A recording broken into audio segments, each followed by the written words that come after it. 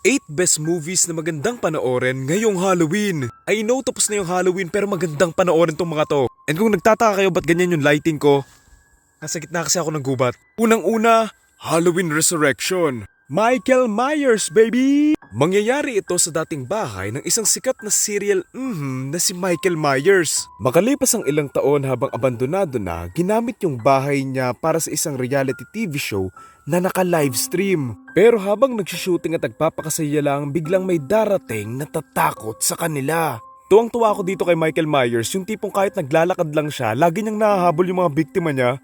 Bagong-bago, totally king Matatakot at matatawa kayo dito. Tungkol ito sa isang babaeng aksidenteng nakabalik sa nakaraan habang hinahabol ng isang serial Ang masama pa dito, nabalik siya sa panahon kung kailan nagsimula yung isang taong umawi ng buhay sa lugar nila 35 years ago. Kaya naman dito niya gagawin lahat para baguhin ang nakaraan, makabalik sa panahon niya at alamin kung sino nga ba itong nakamaskarang ito. Kay said, bago lang tong movie na to ay nagustuhan ko kung paano nila pinag-combine yung comedy and suspense. Ano yun? Andito na ata si Michael Myers ha. Next, Mama! Mama! Yung scene pa lang na to, enough na para matakot ka eh. Tungkol ito sa isang pamilyang bigla na lang nawala, kabilang ang dalawang anak nila. Makalipas ang ilang taon, natagpuan na ulit nila yung mga bata, pero ibang-iba na sila. Dahil nga wala na silang mga magulang, inampun sila ng tito niya at kasama nito, at dito nila marirealize na may iba pa silang naiuwi kasama ng mga bata.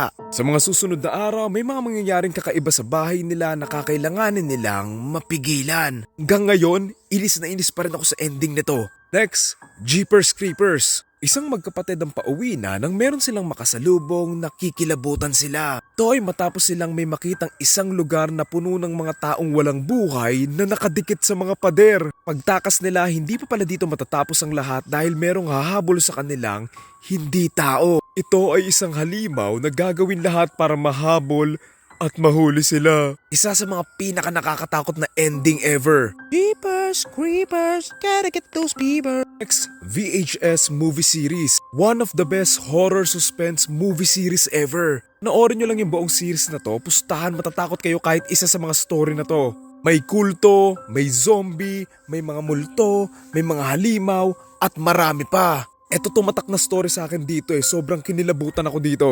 Next, 1922. Random ko lang tong pinanood pero yung takot hanggang ngayon nararamdaman ko pa rin. Isang magsasaka ang nagplanong bawian ng buhay ang asawa niya para sa pera. Para magawa ito, kinumbinsi niya yung anak nilang samahan siyang gawin ito at ginawa nga nila. Pero ang inaakala nilang masayang buhay ay hindi mangyayari matapos silang masundan ng ginawa nila. Next, Friday the 13th, 2009. Ibihira magkasabay ang Friday the 13th tsaka Halloween sa isang buwan, so panoorin nyo na yung dalawa. Isang grupo ng magkakaibigan ang nagpunta sa gitna ng gubat para magpakasaya. Pero hindi lang pala saya ang makukuha nila kung hindi takot nang puntahan sila ni Jason.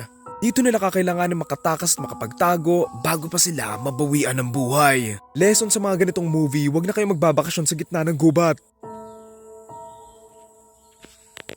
Last, The Strangers. Nasa top 5 na slasher film ko to ever. Isang mag-asawang nagpunta sa bakasyonan nila para magpahinga. Pero habang nandun sila, may mga darating na tatakot sa kanila. Sa loob ng maliit na lugar na to, dito sila maghahanap ng matataguan bago pa sila mahuli ng mga nakamaskarang mga tao. Itong specific na scene na to, yun lang. Live feed from Nat Geo.